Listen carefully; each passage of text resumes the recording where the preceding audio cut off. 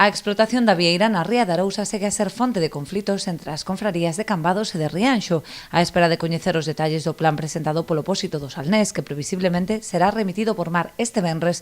Os rianxeiros vense xa fora da proposta, a pesar de contar con numerosas embarcacións con permiso para extraer este recurso. En principio, polo que nos están dicindo que os barcos de Rianxo nos queren incluir nese listado. Nós pensamos que os plans teñen que ser abertos. Son plans de libre marisqueo, plans que deberían de estar abertos para todos os barcos que no seu permes teñan o rastro de vieira. Porque se andamos desta forma, cada un vai facer o seu plan, ou incluso van vir empresas privadas que no seu día falen con unha cofradía, falar como Palmeira, por dicir algo, que non ten casi barcos de vieira, que fagan un plan con eles e que lle digan a dous barcos que van traballar todo o ano para eles. Que facemos? Plans privados para...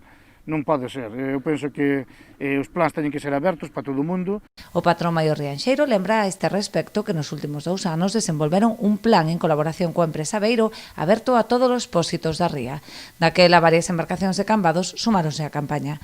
Polo momento, a Confraría de Rianxo xa remitiu un listado das embarcacións con Permex de Vieira á Consellería do Mar. No caso de non ter resposta afirmativa, non dubidarán en iniciar accións legais. A Consellería, me parece que foi o lunes, mandamos un escrito para que nos incluíran os barcos, mandamos un listado de barcos. Tamén lle mandamos a Cofradía de Cambados, máis a empresa, a Porto de Cambados, o mismo listado, para que nos lo incluíran.